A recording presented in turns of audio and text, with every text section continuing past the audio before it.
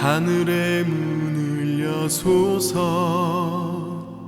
이곳을 주목하소서 주를 향한 노래가 꺼지지 않으니 하늘을 열고 보소서 이곳에 임재하소서 주님을 기다립니다. 기도의 향기가 하늘에 닿으니 주여 임재하여 주소서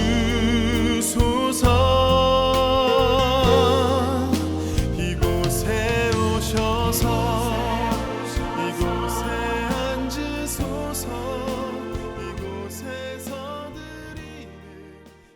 1장 1절에서 11절에 있는 말씀을 같이 강론하고자 합니다. 오늘의 하나님의 말씀은 마가복음 1장 1절에서 11절에 있는 말씀, 신약성경 52쪽을 가리킵니다. 52페이지를 가리킵니다. 마가복음 1장 1절에서 11절에 있는 말씀 복음의 시작이라는 제목으로 말씀을 강론할까 합니다. 다 같이 우리가 교독을 하는데 11절까지 교독을 한번 해보도록 하겠습니다. 제가 먼저 첫 절을 선독해 올립니다. 하나님의 아들 예수 그리스도의 복음의 시작이라. 선지자 이사야가 그래 보라 내가 내 사자를 네 앞에 보내노니 그가 내 일을 준비하리라. 광야에 외치는 자의 소리가 있어 이르되 너희는 주의 길을 준비하라. 그의 오실 길을 곧게 하라. 기록된 것 같이 세례 요한이 광야에 이르러 죄 사함을 받게 하는 회개의 세례를 전파하니 온 유대 지방과 예루살렘 사람이 다 나아가 자기 죄를 자복하고 요단강에서 그에게 세례를 받더라. 요한은 낙타의 옷을 입고 뿔에 가죽띠를 띠고 메뚜기와 석청을 먹더라. 그가 전파하여 이르되 나보다 능력이 많으신 이가 내 뒤에 오시나니 나는 굽혀 그의 신발끈을 풀기를 감당하지 못하겠노라. 나는 너희에게 물로 세례를 베푸거니와 그는 너희에게 성령으로 세례를 베푸시리라. 그때 예수께서 갈릴리 나사렛으로부터 와서 요단강에서 요한에게 세례를 받으시고 곧 물에서 올라오실 때 하늘이 갈라짐과 성령이 비둘기같이 자기에게 내려오심을 보시더니 하늘로부터 소리가 나기를 너는 내 사랑하는 아들이라 내가 너를 기뻐하노라 하시니라. 아멘. 하나님의 말씀은 말씀 자체가 복음입니다. 그래서 복음의 시작이 누구로부터 시작이 됐느냐? 우리 주 예수 그리스도로부터 복음은 시작이 됐습니다. 그분은 누구라고요? 성경에서 읽었을 때 이미 이사야 선지자를 통해서 700년 전에 이미 예언이 되어 있었어요. 그래서 그 분을 통해서 모든 질고와 채찍으로 맞음과 그리고 창으로 찔리심과 그러한 표현들을 통해서 그가 어떤 고난을 받으실 것을 이미 이사야 선지자를 통해서 이사야 53장 6절로부터 기록을 하고 있습니다. 우리는 하나님의 말씀이라고 우리가 생각을 하지만은 과연 이 말씀을 읽을 때마다 과연 주님이 나와 나의 가족을 위해서 구원을 주실 분이신가? 라고 우리가 성경을 과연 보았을까요? 아니면 그냥 하나의 책에 불과한 책을 우리가 그냥 다른 책과 그냥 견주는 것처럼 똑같이 그냥 그런 마음으로 우리가 읽었을까요? 세상에는 많은 책들이 있습니다. 수많은 책들이 있어요. 하다못해 자기가 집필한 자서전도 있고요. 또한 자기가 좋아하는 시를 또 써서 시로 남기기로 합니다. 그러나 예수님은 자기 스스로 한 번도 남기지를 않았어요. 그냥 자기는 하나님의 나라에 대해서 말씀을 전파한 것뿐이에요. 그런데 이 기록을 누가 했어요? 제자들이 했어요. 그리고 육신의 제자의 육신의 동생들인 마리아와 또 누구요? 마리아와 요셉, 자기 육신의 부모인, 예수님의 육신의 부모인 그 부모의 자녀들이 기록했고, 야고보와 유다서는 거기서 나온 자녀들이 기록했어요. 여러분, 우리가 무엇을 기록하고, 여러분 혹시 일기 써보신 적 있습니까? 새삼스럽게 일기 얘기하니까 예전에는 썼는데 지금은 일기를 쓴 지가 참 오래됩니다. 일기를 안 써본 지가 오래됐어요. 혹시 자녀들을 낳았을 때 육아일기 한번 써보신 적 있으시죠? 엄마라면 육아일기 이렇게 기록했을 겁니다. 그러면서 그때 내 아들을 낳았을 때, 내 딸을 낳았을 때 어떤 심정으로 내가 그 낳은 것을 기록했을까? 그것을 이렇게 기록했으면 다시 한번 그걸 쳐다볼 때 내 장성한 아들이 어렸을 때는 이랬고 내가 마음이 이랬는데, 우리는 때로는 그 옛날을 추억하면서 그런 글을 남기기도 합니다. 그리고 때로는 지금은 이제 그런 재미가 없어요. 옛날에는 편지라는 게 있었잖아요. 지금은 뭐 편지 안 하고 뭐 문자로 날리면 다 되는 세상이 되다 보니까 조금은 그런 감정은 좀 덜 하실 거예요. 그러나 지금 그 우리 세대에 보면은 그 편지라는 게 굉장히 뭐라 그럴까 설레이고, 어떤 때는 편지를 뜯어봄으로 인해서 나한테 이런 마음의 편지를 받았을 때 굉장히 기분 좋았을 거예요. 편지 러브레터를 한번 받아보신 분들은 그 마음을 알 거예요. 누군가가 나한테 러브레터를 보냈다. 아니, 사랑하는 누군가를 통해서, 내 자녀를 통해서, 내 부모를 통해서 편지를 받았을 때 그 감동은 정말 이루 말할 수가 없어요. 한 번쯤 생각해요. 그랬을 때 정말 그 편지에 정말 고고절절한 내용을 들었을 때, 여러분, 우리가 갖고 있는 이 복음서 있잖아요.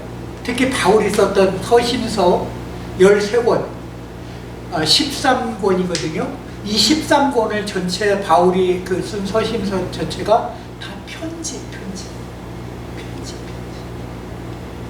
때로는 교회들한테 보냈고 성도들한테 보내고 했던 편지 서신이 복음서가 됩니다. 그러나 그냥 편지가 아니에요. 정말 내가 만났던 예수 그리스도, 내가 사랑했던 주님, 정말 복음을 정말 내가 간절히 사무치도록 깨달았던 그 복음의 내용들이 그대로 글로 표현돼서 같이 나눴던 것들이 소심성이에요.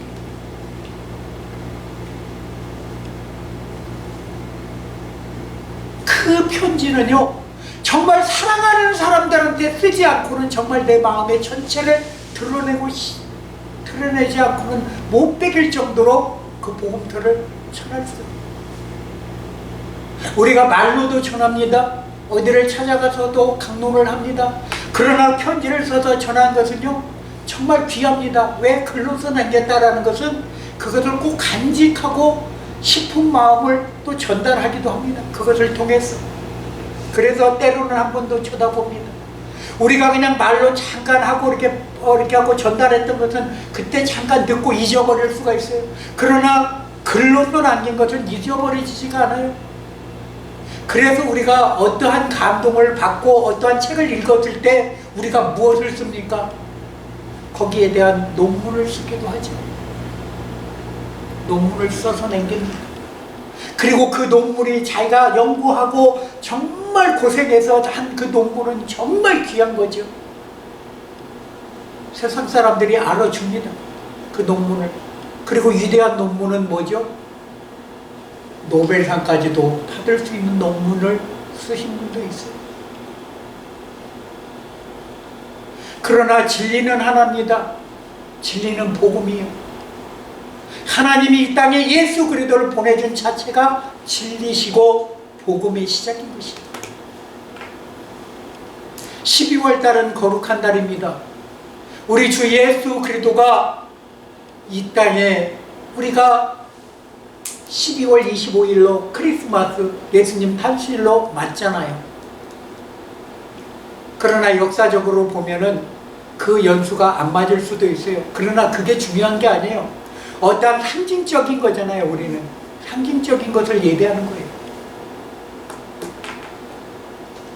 생파 모르는 아이를 내가 입양을 했어요. 그 입양한 아이가 태어난 지가 언젠지 몰라. 그래서 그냥 입양한 날로 내가 그 아이 생일을 챙겨줬다고 해서 그 아이 생일이 그날이 아니다, 이렇게 할 수가 없어. 부모가 정했으면 그날이 생일인 것이야. 생일이 중요한 게 아니야. 태어난 게 중요한 게 아니야. 그러나 많은 이단들은 또 그걸 가지고 무슨 25일 날 무슨 예수님이 태어났냐고 꼬치꼬치 따져. 그게 뭐가 중요해? 그분이 오신 게 중요하지. 여러분, 우리는요 본질에서 벗어나면 안 돼요. 절대 본질에서 벗어나면 복음의 그 실체를 잊어버린다는 것이에요. 언제 태어나고 언제 돌아가셨는가가 중요한 게 아니라 그분이 계셨던 동안에 무엇을 어떻게 하고 가셨고 우리에게 그분을 통해서 전파대한 그 복음의 사상이 어떤가를 우리가 깨닫고 정말 깊이 연구하는 게 중요한 것이에요. 그리고 그분을 통해서 우리가 받았던 그 간절한 소망의 그 기쁨들 한 번쯤 생각해 보셨나요? 하나님의 아들을 이 땅에 주시기까지 얼마나 고심하셨겠어요. 시간이 어마어마하게 흘렀어요. 이 성경은 6,000년의 역사라고 제가 말씀드렸죠. 이 6,000년의 역사를 담은 이 성경 중에서 예수님이 오시기까지 몇 년이 걸렸어요? 계산해 보셨나요? 인류가 아담으로부터 딱 했을 때 4,000년이라는 시간이 흘렀어요. 4,000년 동안 하나님은 얼마나 많은 우리 인간들에게 선지자들을 보내고 리더를 세우고 많은 것으로 이렇게 우리 인간을 구원시키기 위해서 많은 애를 쓰셨습니다. 그럼에도 불구하고 우리 인간은 죄인이었고 아무리 성령의 도우심을 받아도 우리 인간은 한계가 있었다. 복음을 전하는데 한계가 있다. 그래서 아들 예수 그리스도를 이 땅에 보내주신 것입니다. 그래서 복음의 시작인 것입니다. 그래서 기원 전, 기원 후로 나누는 세대가 된 것입니다.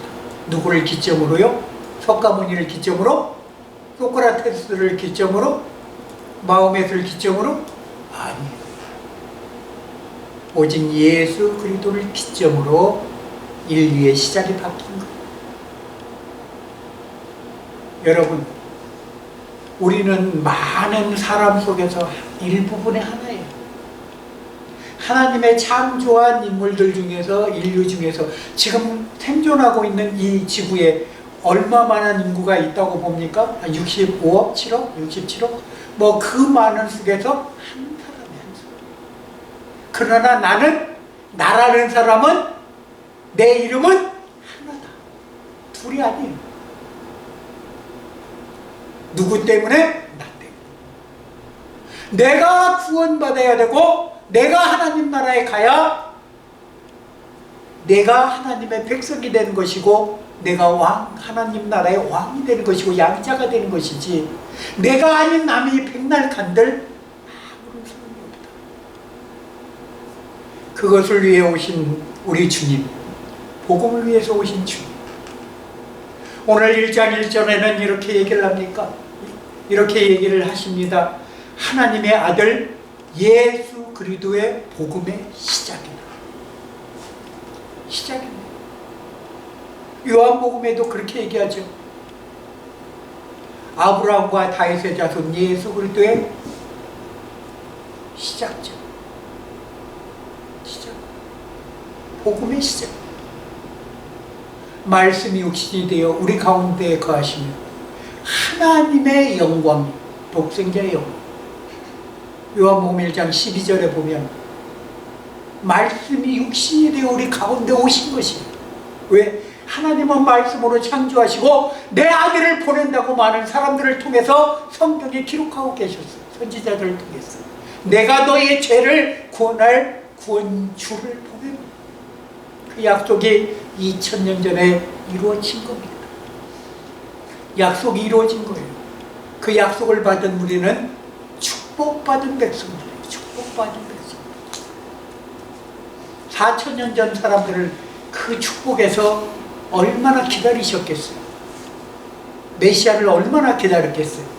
그러나 우리는 이 복음서를 통해서, 아니 많은 지식인들과 많은 목회자들, 선교사들을 통해서 이 땅에 복음이 들어오고, 그 복음을 통해서 우리가 그 복음을 증거받은 사람들.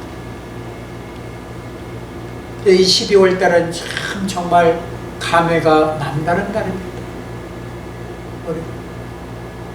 그래서 이 12월 달만큼은 우리가 하나의 끝자락이지만 정말 2023년도 정말 다사다난한 줄 믿습니다. 여러 가지 일들이 있으셨죠. 한번 생각해 보세요. 그러나 한번 그 안에서 곰곰이 생각해 보세요. 내가 어려움에 처했을지라도 하나님이 나와 함께 하셨다는 것을 그 안에서 한번 생각해 보시라는 겁니다. 내가 예수 믿지 않았으면 내가 이렇게 지금 이 시간까지 견디지 못했을 것을 하나님은 나를 끝까지 견디셨고, 아무것도 가진 것이 없었으나 하나님은 나를 지금 이렇게라도 갖게 하셨다는 것을 잊지 마시기 바랍니다. 그게 감사해요. 그게 감사.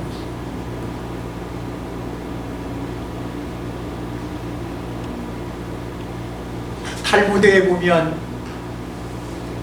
알렉산더 대왕이 이스라엘에 찾아옵니다. 이스라엘 찾아와서 그들이 하는 행동과 정의가 무엇인가 알아보려고 왔습니다. 알렉산더 대왕 하면 거의 나라를 평준화시켰고 대단한 젊은 나이임에도 불구하고 굉장한 나라를, 많은 나라를 소유했던 사람 중에 하나죠. 그러나 그도 예수님처럼 생애가 짧았어요. 예수님과 똑같아요. 예수님도 33년 공생인데 그도 그렇습니다. 참 묘하게 어떻게 그렇게 그런데 그가 찾아와서 그 이스라엘 사람들의 그 생활과 그 정의, 과연 이 사람들은 어떻게 저기 할까 그랬더니, 납비가 오자마자 우리가 금은보화를 드릴까요? 그랬더니 알렉산더 대왕이 그렇게 얘기를 합니다. 나는 금은보화가 넘쳐난다. 안 그러겠어요? 수많은 나라에서 와서 그 조공을 바치는데 뭐 황금 같은 거 뭐 그런 건 흔하게 들고 오지 않겠습니까? 신기한 보물 다 들고 왔을 거예요. 그러나 이렇게 알렉산더 대왕하고 랍비하고 얘기하는 도중에 어떤 두 젊은 사람들이 와서 랍비를 찾아옵니다. 찾아오면서 그들이 하는 얘기가, 내가 돈 주고 어떤 쓰레기를 이 사람한테 샀는데 집에 가서 열어보니 돈이 가득했다, 그 안에. 그래서 나는 쓰레기를 산 것이지 나는 돈을 산 적이 없다. 그래서 그것을 돌려주러 왔다. 그런데 참 재밌어요. 자기가 모르고 돈다발을 읽다가 그냥 쓰레기인 줄 알고 버렸으면 당연히 자기가 그 돈이 들었으면 아깝잖아요. 얼른 그러냐고 하면서 자기가 챙기면 되는데, 이 사람은, 이 판 사람은 또 전혀 그렇지를 않네. 어떻게 얘기를 하냐면, 아이고 나는 니네 팔았으니까 나는 그건 상관없다. 그건 당신이 다 알아서 갖든지 말든지 해라. 그러면 서로 간에 그 돈을 안 갖겠다는 것이요. 세상에 이런 일이 다 있어. 기가 막힌 일 아니에요?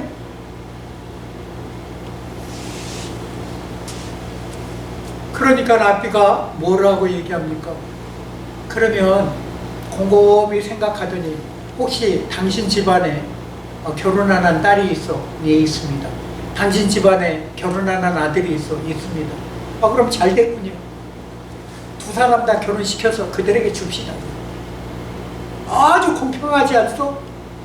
서로 간에 안 갖겠다는 거. 그래서 저 돈이니까 다 그 집에서 결혼자금으로 주면 되겠네. 굉장히 현명한 판단 같잖아요. 그렇게 딱 하니까 알렉산더 대왕이 가만히 그걸 보고 이렇게 납비가, 그래 참 이 나라는 이런 식으로 판결하고.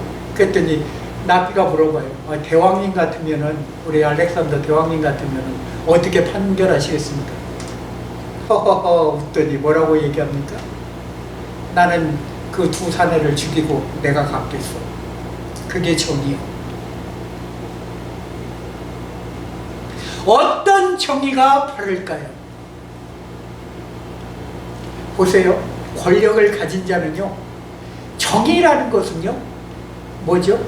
자기가 자기 생각에 내가 이 판단에 옳다고 생각하는 것은 정의. 자기는 왕이잖아요. 왕의 권한이에요. 권한으로 그래? 니들 싫어? 내가 왕의 주권입니다. 하나님도 마찬가지예요. 하나님도 쓸모없는 우리를, 죄인들을 다 죽이실 수가 있어. 너도 필요 없어. 너도 필요 없어. 나를 위하여 이 백성을 나를 위하여 지었나니 나로 찬송케 하려고 내가 찬양받으려고 지어놨더니 지들 마음대로 살고 있고 지들 마음대로 행동을 해. 그래, 다 죽여. 하나님 하실 수 있어요. 그러나 그런 하나님이 아니시오. 그래서 하나님은 의로우시고 하나님은 긍휼이 많으시고 그리고 하나님은 자비로우시고 무엇보다도 우리를 사랑하신다는 것을, 하나님은 당신 아들을 주시기까지 우리를 사랑하신다는 것입니다. 여러분, 그러한 사랑, 세상은요 자기 눈에 좋은 대로 다 그렇게 행합니다. 그리고 모든 게 자기한테 필요 악이라면 그것을 다 제거해버려요. 그게 세상의 이치예요. 그러나 사람은 안 그렇습니다. 사람은, 어떤 사람은 안 그래요? 사람의 형상을 하고 온 예수 그리스도만 그렇지 않았다는 것입니다.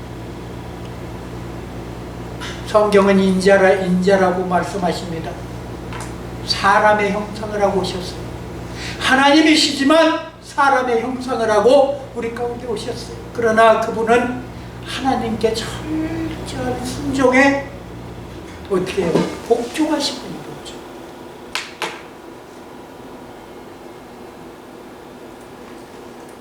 여러분, 우리가 인간에 살면서 혹시 복수하고, 내가 복수를 누구한테 해본 적이 있습니까? 복수하고 증오라는 게 있어요. 증오는 뭐가 증오죠? 복수는 뭐가 복수죠? 이런 게 복수예요. 어떤 사람이 도끼가 필요해서 나무를 잘라야 되는데 그 도끼를 좀 빌리러 왔어. 그랬더니 도끼를 저기 도끼 빌려다가 자네 장작 자르면 우리 도끼날이 상해서 안 되네. 돌려보내. 그때 이번에 반대로 됐어. 이 사람이 어디 떠날 일이 있어서 그 노새를 한 마리 빌리러 왔어. 그래서 거꾸로 자네도 그때 도끼 안 빌려줬잖냐. 나도 뭐 자네 빌려주고 싶지가 않네. 그냥 갈게. 그게 복수예요. 그게 복수예요. 그럼 증오는 뭘까요? 똑같은 일이에요. 도끼를 빌리러 왔어. 그랬더니 안 빌려줬어. 도끼 날이 상하니까 도저히 못 빌려주겠네. 이번에 또 길을 떠나니까 노새를 좀 한 마리 거기다 짐을 좀 싣고 갈래. 자네 좀 노새 좀 빌려주게. 그래? 자네는 그때 나한테 도끼를 안 빌려줬지만 나는 그래도 자네에게 노새는 빌려주겠네. 그게 증오예요, 증오.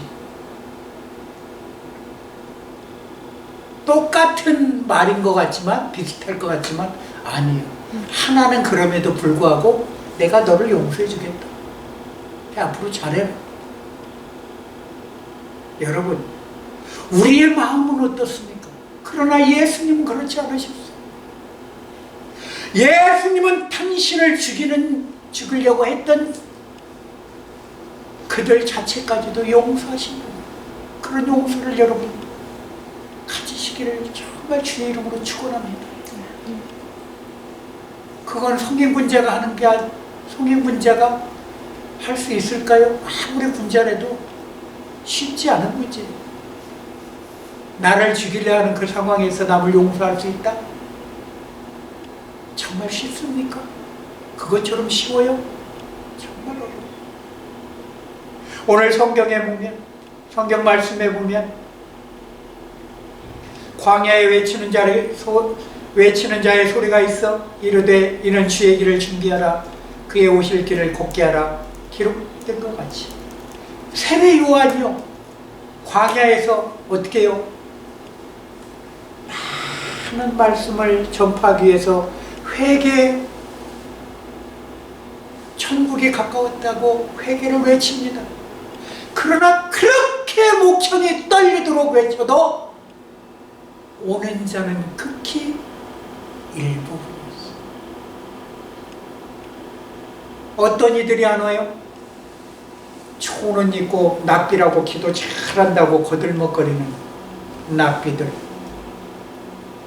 특히 거기에는 바리새인들, 서기관들, 사두개인, 소위 얘기해서 이스라엘의 선생이란 자들은 하나도 안 옵니다.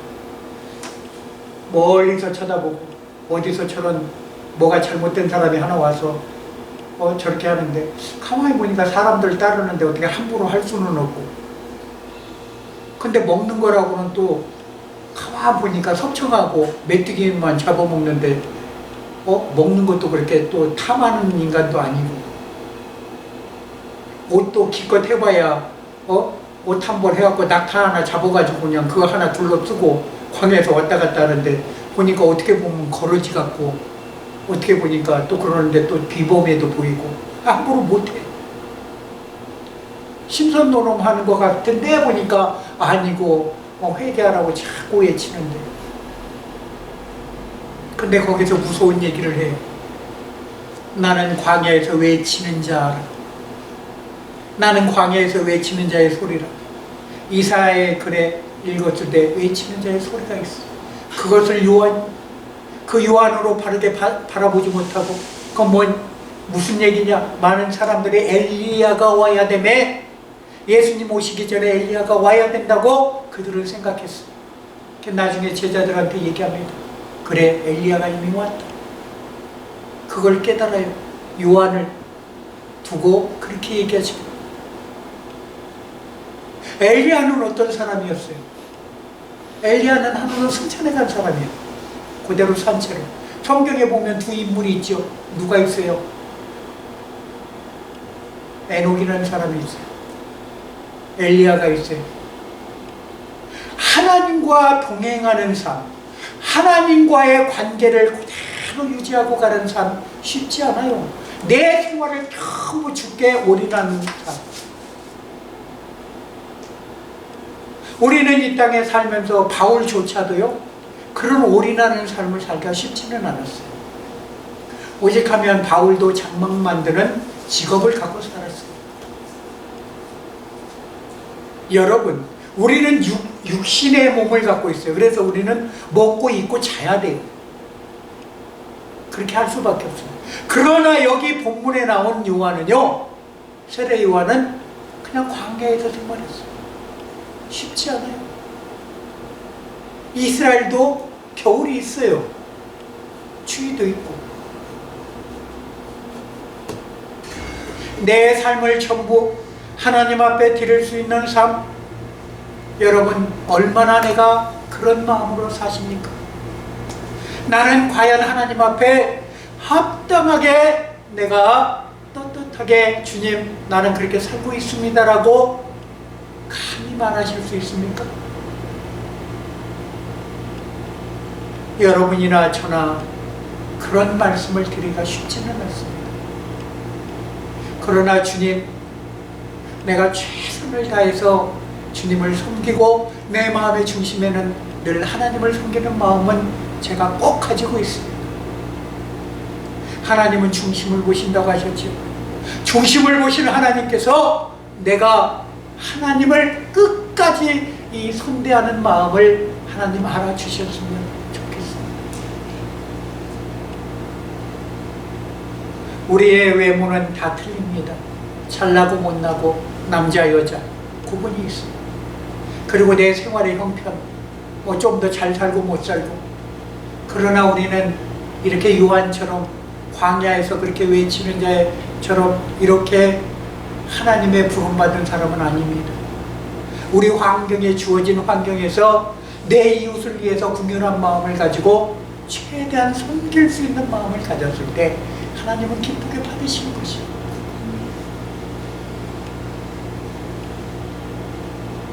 각자의 분량이라는 게 있어요. 그 분량대로 사는 것이 우리가. 너희가 믿음을 보겠느냐? 하나님, 주여 믿겠나이다. 내가 믿나이다 하고 우리가 입으로는 시인하지만 내 몸이 그것을 믿는 마음이 따라가 줘야 된다는 것이 따라가죠.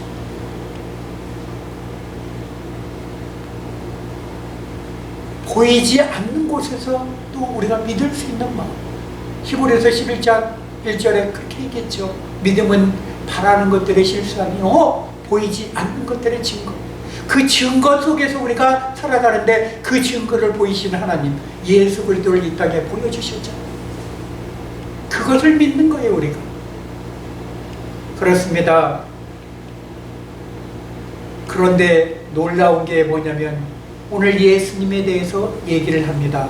8절을 한번 우리가 읽어보도록 합니다. 8절 다 똑같이 시작.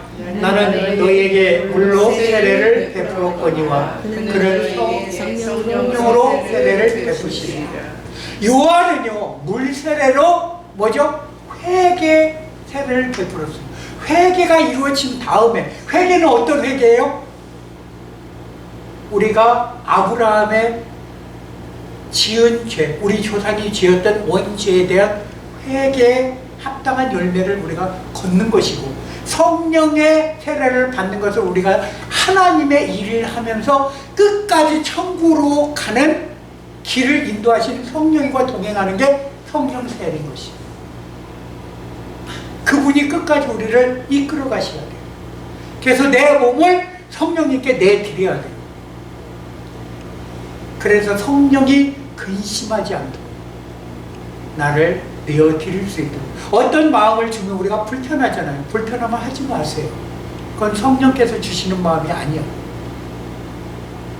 그리고 늘 기도하시라고 그랬잖아요. 하나님, 내가 이 마음, 내가 이렇게 행하고자 하는데 만약에 이 행하고자 하는 이 일들이 하나님께서 보시기에 합당하지 않다면 내 마음을 불편하게 해달라고.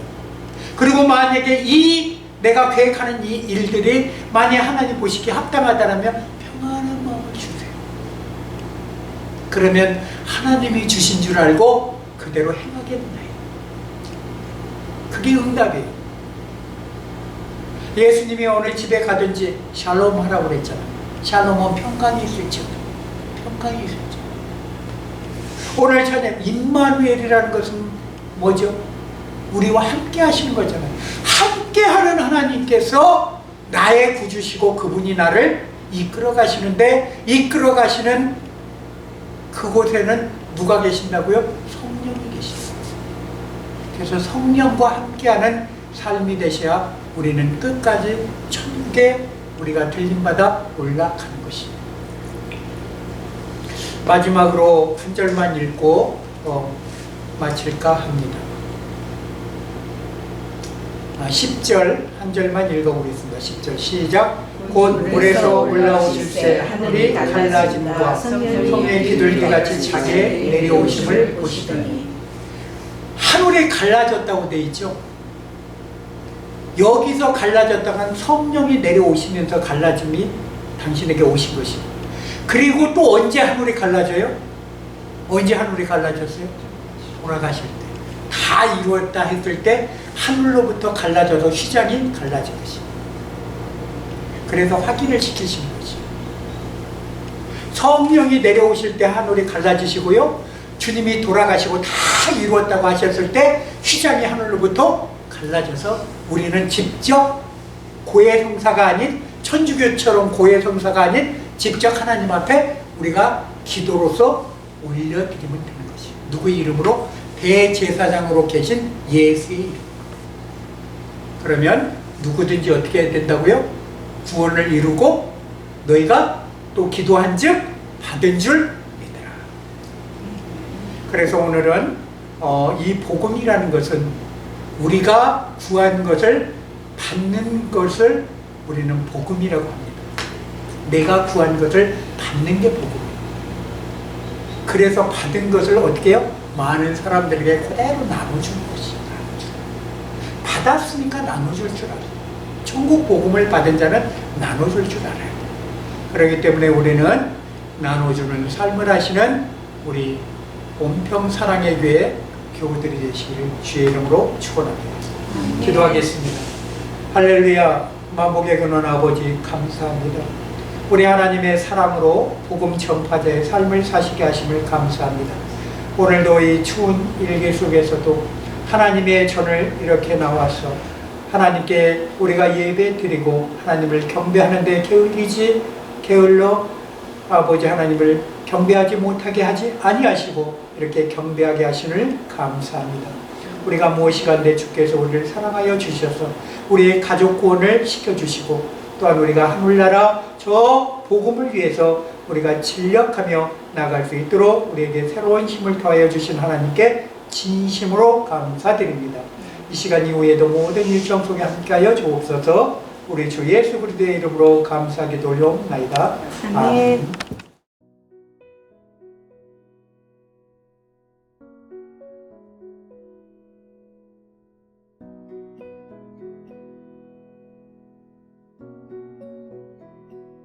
공중 나는 새를 보라 농사하지 않으며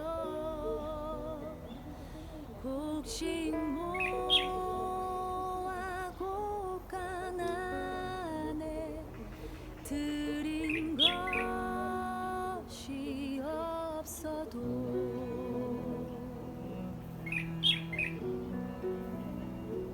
들의